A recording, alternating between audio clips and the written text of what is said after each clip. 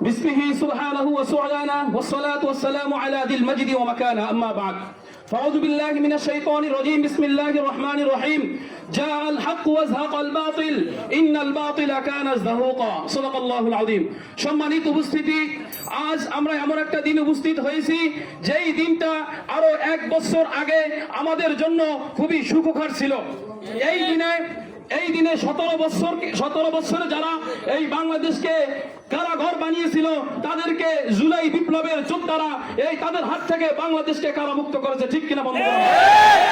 প্রিয় বন্ধুগণ আমার আমি কোনো ভূমিকায় যাব না আমি একটা কথা বলতে চাই পৃথিবীর ইতিহাস যদি আমরা ঘাটি তাহলে দেখতে পাই ইতিহাসের শুরু লগ্ন থেকে প্রত্যেকটা জমানায় এক একটা স্বৈরাচার আসছে আর তাদেরকে বিতাড়িত করার জন্য আল্লাহ তাআলা তার পক্ষ থেকে বিভিন্ন এরকম জুলাই বিপ্লবের মাধ্যমে এরকম যোদ্ধাদের মাধ্যমে স্বৈরাচার এই দুনিয়া থেকে খতম করছে ঠিক কিনা বন্ধুগণ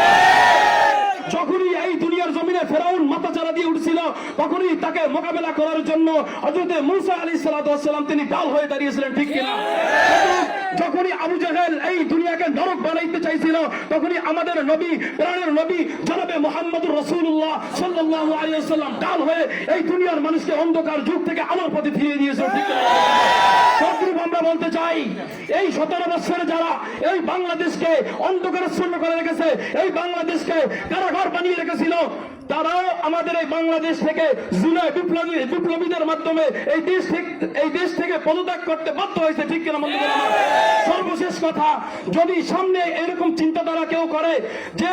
হাসিনার মতো আবার আমরা ফ্যাসিস্ট হব হাসিনার মতো এই দেশকে আবার আমরা কারারুদ্ধ করব তাদের জন্য ওপেন মেসেজ দিয়ে যাচ্ছি তোমরা তৈরি হয়ে যাও তোমরা ভালো হয়ে যাও তোমরা যদি ভালো হও